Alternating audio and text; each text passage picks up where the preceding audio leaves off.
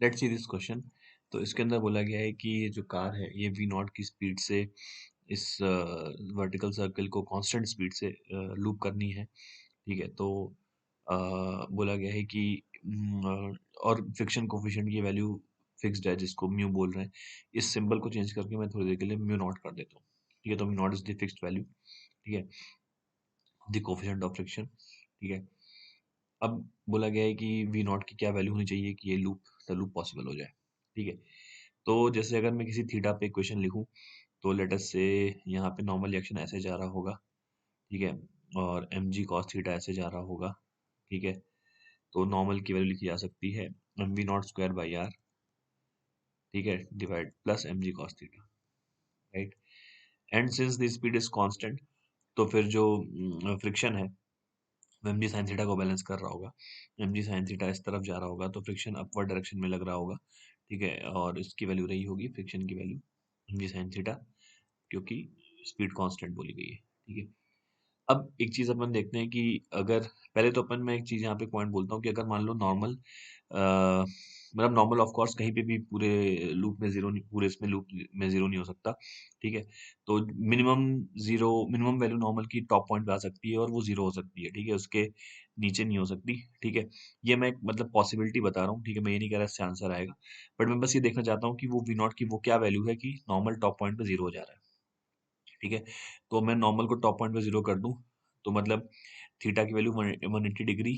ठीक है, and normal को मैं जीरो कर दूं, तो यहाँ से तुम इसको जीरो करो और थीटा को 180 डिग्री करो, तो मतलब कि माइनस एम जी आ जाएगा। तो यहाँ से वी नॉट की वैल्यू आ जाएगी रूट जी आर। ठीक है, ये रिजल्ट वैसे भी हमें पता ही होता है। ठीक है, तो इसका मतलब अगर हम रूट जी आर की स्पीड से मूव कराएंगे तो टॉप पॉइंट पे नॉर्मल रिएक्शन की वैल्यू जीरो बन जाएगी। मैं ये आंसर नहीं बोल रहा हूँ। ठीक है, इस स्पीड को हमने किसी रीजन से निकाला है, वो देखेंगे लास्ट में। ठीक है, तो मतलब इस स्पीड से अगर इससे ज्यादा स्पीड रहेगी, मान लो वी नॉट की वैल्यू इससे ज्यादा है, तो फिर इसका मतलब कहीं पे भी नॉर्मल रिएक्शन जीरो नहीं होगा। ठीक है, हमें ये क्वेश्चन से दिख रहा है कि वी नॉट की वैल्यू अगर हम इससे ज्यादा रखते हैं तो we are safe, normal reaction कहीं पे भी जीरो नहीं होगा। हाँ, अगर वी नॉट की वैल्यू इससे कम है तो फिर नॉर्मल रिएक्शन पहले ही कहीं जीरो हो जाएगा। ठीक है, तो फिर इसका मतलब नॉर्मल रिएक्शन पहले ही कहीं जीरो हो जाएगा। ठीक है, अब जो है अपन को लूप द लूप कराना, तो फ्रिक्शन भी मतलब स्लिपिंग भी कहीं पे नहीं होनी चाहिए। ठीक है, ये कार आराम से मूव करनी चाहिए, स्लिपिंग भी कहीं पे नहीं होनी चाहिए।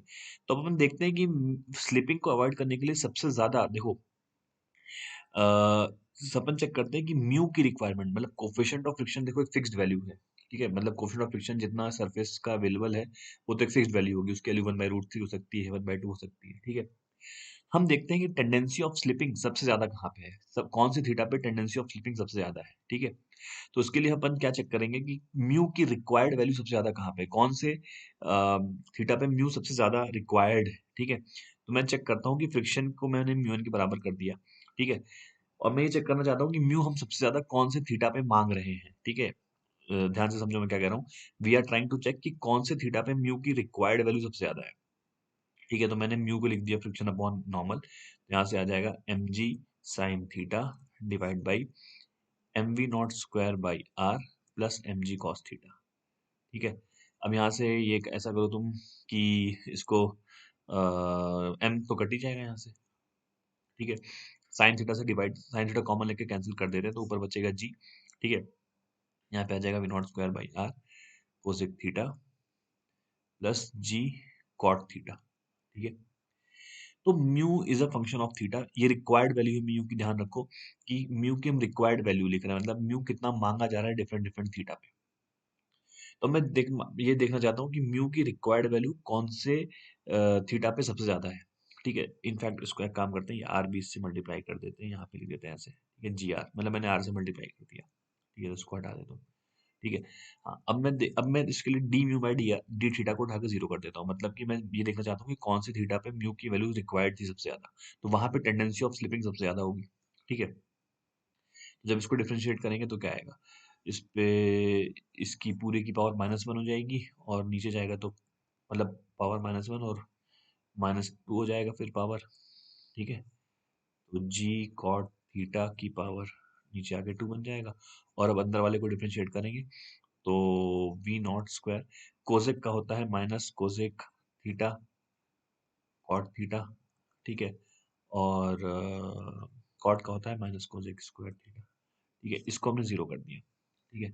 तो जब इसको जीरो किया तो यहाँ से क्या आ रहा है, न्यूमरेटर को उठा के जीरो कर दो, तो यहाँ से तुम्हारा देखो एक कोसेक तो चला जाएगा, ठीक है, एक कोसेक चला जाएगा, तो यहाँ पे बचेगा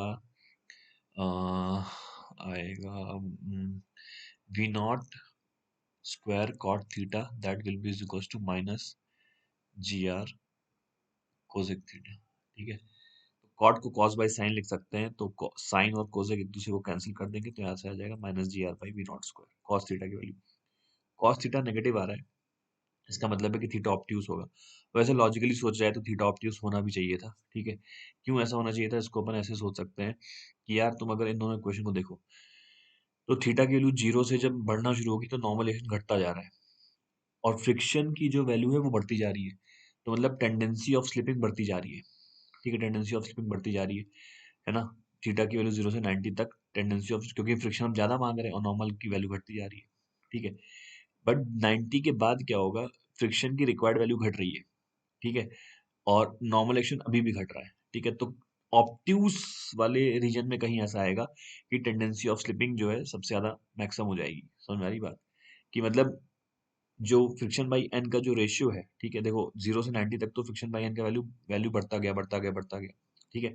90 के बाद भी सर्टेन लेवल तक बढ़ा होगा और उसके बाद घटना शुरू हो गया होगा, है ना, क्योंकि थीटा बराबर 180 पे तुम चेक करो तो रिक्वायर्ड फ्रिक्शन जीरो है, ठीक है। तो उसका मतलब कि 90 के बियॉन्ड थोड़ी देर तक बढ़ा होगा, उसके बाद घटना शुरू हो गया होगा, इसलिए कहीं वो जिस थीटा तक बढ़ा है वो अपन बोल सकते हैं कि ये minus g are by we not square है ना। तो कॉस थीटा में पता चल गया। अब कॉस थीटा की वैल्यू मतलब इस थीटा पे रिक्वायर्ड वैल्यू सबसे ज्यादा है, ठीक है। तो बस इस थीटा पे जो रिक्वायर्ड वैल्यू है उसको अवेलेबल के बराबर बना देते हैं, ठीक है। आई होप समझ में आ गई होगी, इस थीटा पे जो रिक्वायर्ड वैल्यू है उसको अवेलेबल वैल्यू के बराबर बना दिया, तो अवेलेबल वैल्यू म्यू नॉट है, ठीक है। तो म्यू नॉट की वैल्यू हमने कर दी ये जी साइन थीटा, ठीक है। साइन थीटा की वैल्यू यहाँ से इनफैक्ट अब डाल ही देते हैं, ठीक है ना। तो इनफैक्ट इस वाले एक्सप्रेशन में डालता हूँ मैं वैल्यू, जो हमने कोजेक और कॉट वाला एक्सप्रेशन आया ना, ये वाला एक्सप्रेशन इसमें वैल्यू डालते हैं, ठीक है।